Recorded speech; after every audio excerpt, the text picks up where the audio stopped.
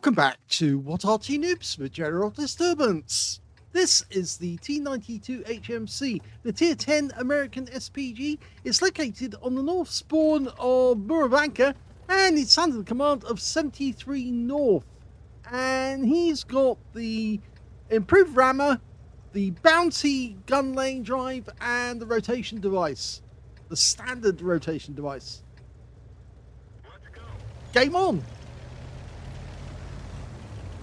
24cm howitzer mounted on top of a chassis that once belonged to a Pershing and was converted into the biggest Arty that the Americans made during the war, the biggest SPG they built. They did build bigger bigger artillery, but this was the only SPG that was big.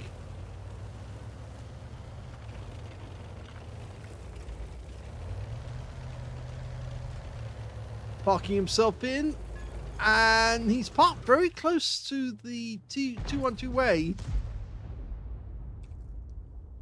Now, obviously, he does know that if you park close to another Arty, then there's two traces coming out from the same position, and it makes it much easier for the enemy to work out exactly where you are. So it's not advisable, but it can be useful if you do have the side-by-side skill. So you're boosting your capability merely by being next to your teammate. Of course, the other problem is that if the enemy comes looking for you, if they send a light tank to look for you, they're more likely to find two and get a Pascucci's very quickly. First enemy tank that's popped north of the midline is the T100LT, but an EBR 105 is just south of the midline at the moment as well. Oh, Heshbon!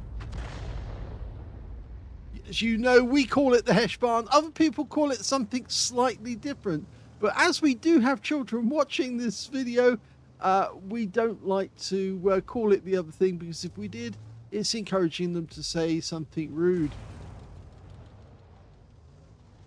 TNHT Viz 51 looks a very tempting target whilst the Emil is hiding on the ridgeline. Very difficult to get the shells to land over the ridgeline, but now the Heshbon suddenly appeared again. Oh, and he took a big hit. Rounds up. That's a direct hit and strips him down to just 92 hit points. Makes him an easy kill. I think somebody's about to go. Yeah, there you go. He's popped. Okay, the Hori 3 moving up quickly. Knows full well that Arty could get at him. A lot of these tank destroyers with very thick frontal armor are actually very, very vulnerable to Arty because they don't have much in the way of the roof armor. So if you can get the shells to land directly on the roof, and that stunned him. Oh, he took two shots. Massive amount of stun assist there, and communications expert is now working. Now, I think last time you saw this vehicle, it was with 73north on one of the other maps, and he got his first mark of excellence.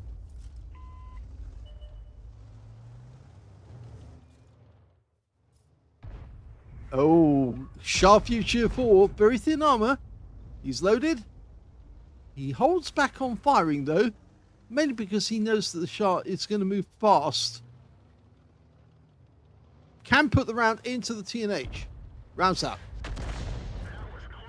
Manages to get some splash.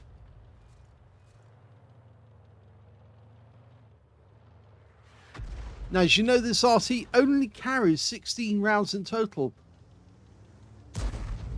And that means you have to make good use of every shell, especially when you're grinding to try and get a second mark of excellence or a third. TNH goes down.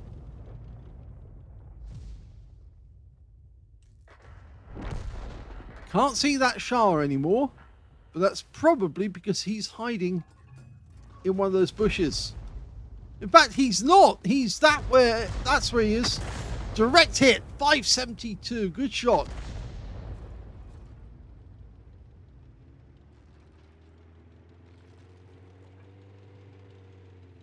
Of course, if that guy was about to start reload, he's now in a very poor position because his reload would have massively gone up. 73 North looking around, trying to find other options. There is a batch at 25 ton over on the east side of the map, a bit further back.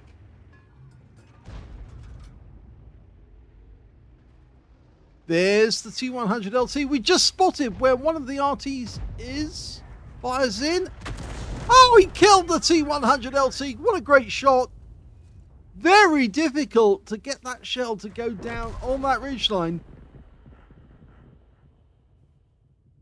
And that means one of the enemy has lost their light tank, their premium light tank. Well, it's not premium, actually. The EBR 105 is, well, I think it's faster, but the T100 LT is a very low light tank.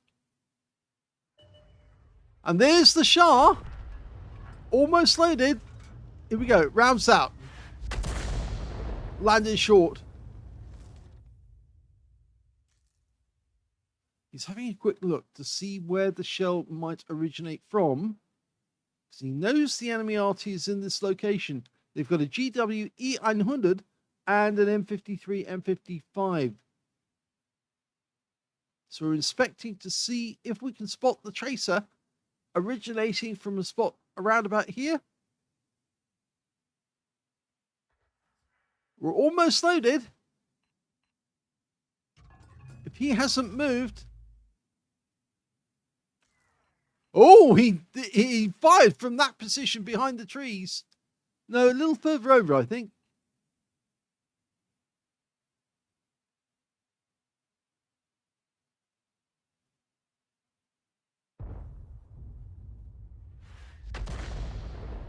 That splashed him.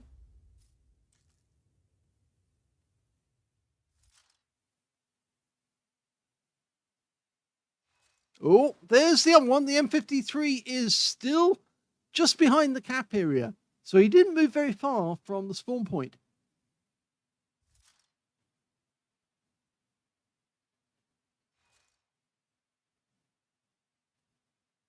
The Strip 103B is holding back our guys on this side of the map.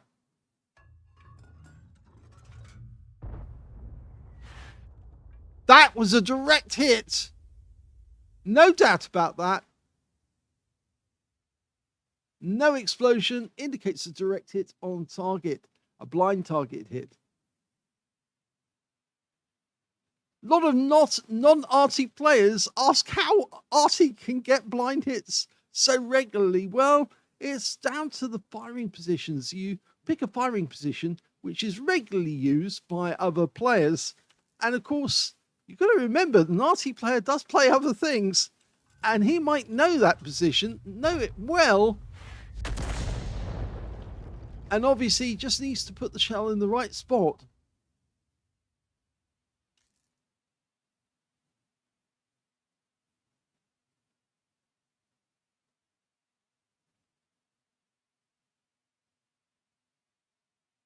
There is a G-Saw visual on the other side of the map. He's just gone down. It does give us a one tank advantage, but it's still a long time to play.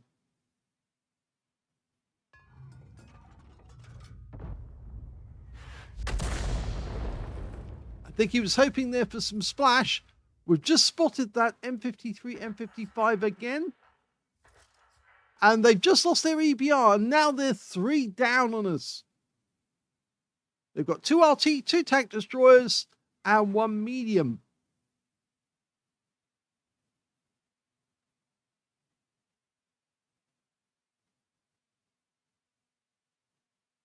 The M53, M55 is much more likely to fire before the GW E900 because it's got a slightly faster fire rate.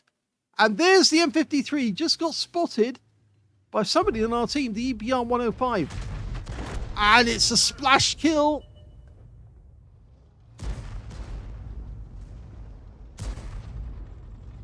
Only 4 left on the enemy team. They've lost their Sharp U2 4. We're closing in on the Strib 103B, who must have fallen back. And in fact, now we know where precisely the GWE 900 is, but I don't think we're going to get a shot on him because I think the EBR 105 is going for the kill. And that's a direct hit and a kill for the T30. Only one enemy remaining. It's the Strib, and he dies, and that is the end of the game.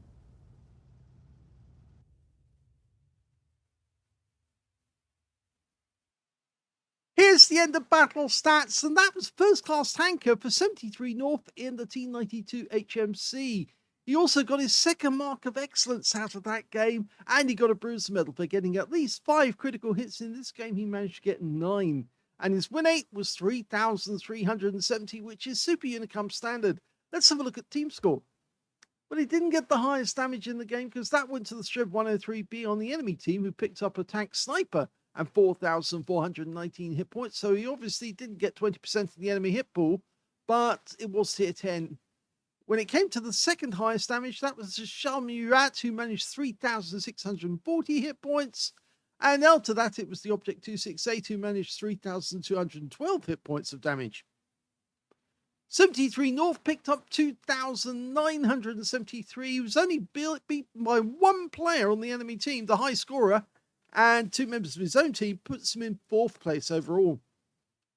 When it came to kills, though, we can see that he actually shared the top spot with a lot of others, because the Strib 103B on the enemy team got 2 kills, and on our own team, it was the Shure Murat, 73 North, the Viz 55, the Leopard 1, the EBR 105, and the T30. All got 2 kills apiece.